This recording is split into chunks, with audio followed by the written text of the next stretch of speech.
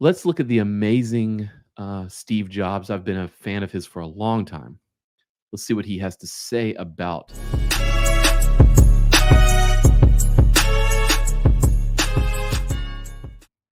Let's see what he has to say about failure. We've been doing quite a number of failure shows or fear of failure shows, and what better person to get than Steve Jobs to drop a quote. Most people never pick up the phone and call. Most people never ask. And that's what separates sometimes the people that do things from the people that just dream about them. You gotta act, and you've got to be willing to fail. You've got to be willing to crash and burn. With people on the phone, with starting a company, with whatever.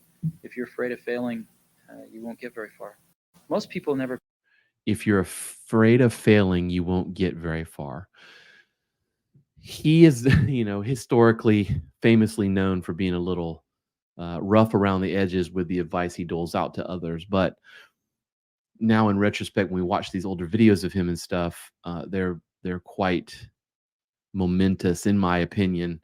This one in particular, it seems as though Steve Jobs was never really afraid of failure in that sense. He's, we could go into his history of, starting Apple and being the man in charge and essentially losing control of it, starting Next, having Apple buy them back and becoming CEO again, and leading that company back to, becoming probably the most successful American company ever in the history of everything. He had thousands of failures along the way. It wasn't something that he had success every time he turned the corner. I mean, he failed spectacularly. There's books and movies made about it. And there's something there. If he can fail on that such a spectacular level, I think we can each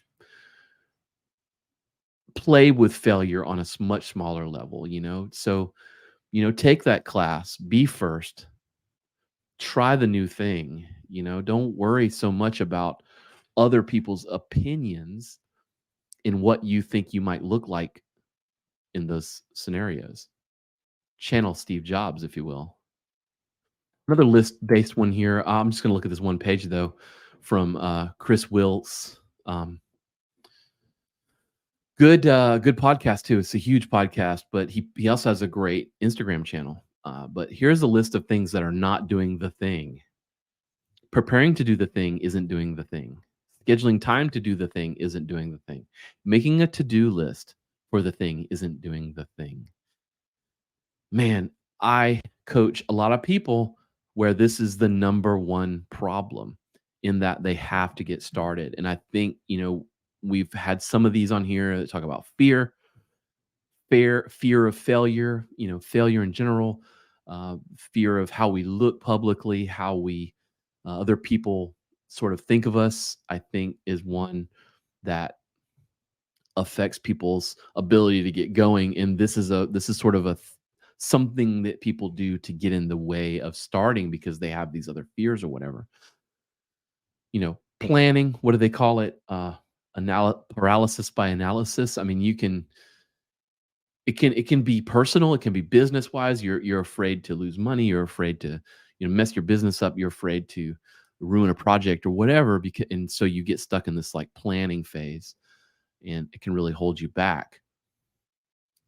But this is a good one. It was also in his newsletter, I think. But making, just when you're deep in the planning, just know why you're planning, and have that planning be a portion of the the attack. Not just I know a lot of people that just do a ton of planning and that's it. They never act on it. Just like these things from the debrief here, you have to act on them. And remember, these debrief type things, they're just out here to hopefully pull some usefulness out of the internet. There's so much junk, so many things that we come across. If you spend any time on your apps or whatever, you're going to come across videos and things that maybe inspire you, like I do. Try to pull something from it. Try to find something that you can act on. And that's what the debrief is for. So if you have any that you've come across that you think are particularly good, send them to me. I would love to see them, maybe talk about them, maybe get you on the show to talk about them. Who knows? But definitely send them to me. I appreciate it. And until next time, get after it, y'all.